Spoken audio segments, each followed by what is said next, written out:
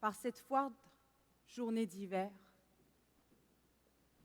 où le thermomètre indiquait moins 20 degrés Celsius.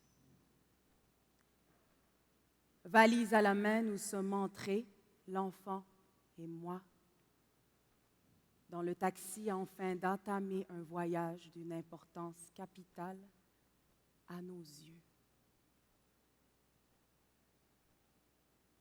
Bonjour, madame. Où allons-nous?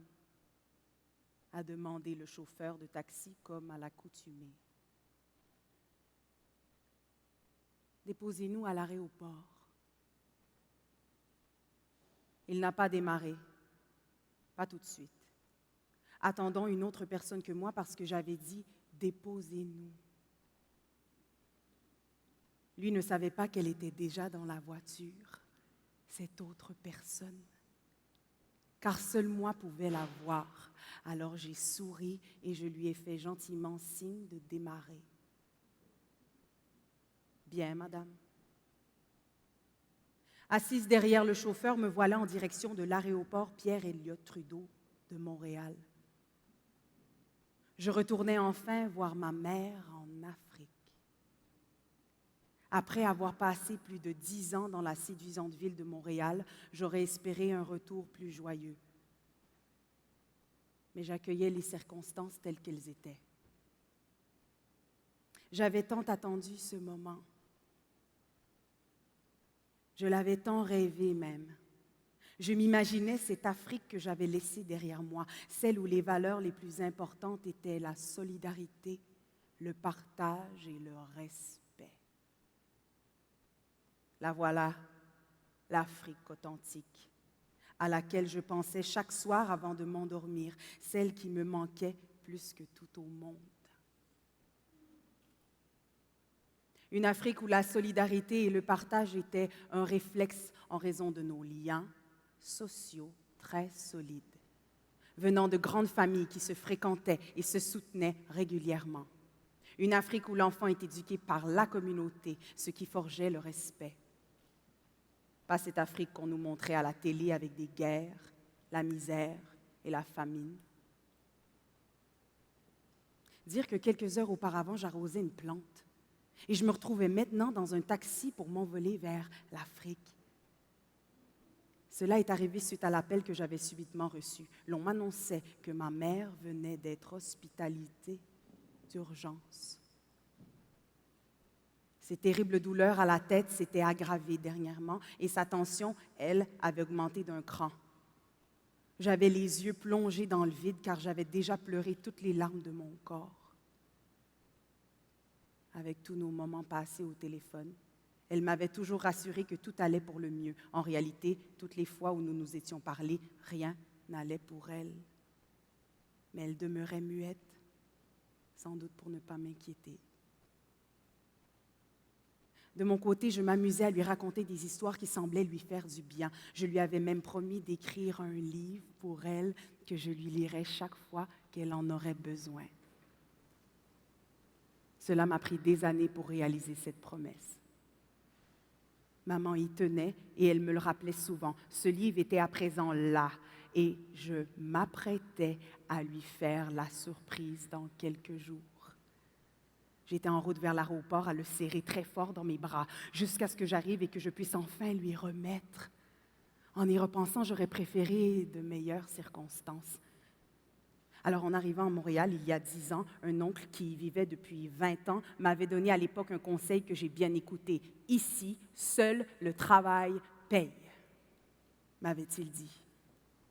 J'y avais cru et je l'avais appliqué à la lettre. Cela ne m'avait pas vraiment aidé, car à force d'investir toute mon énergie dans le travail, je m'étais longtemps oubliée et compris la promesse que j'avais faite à ma mère.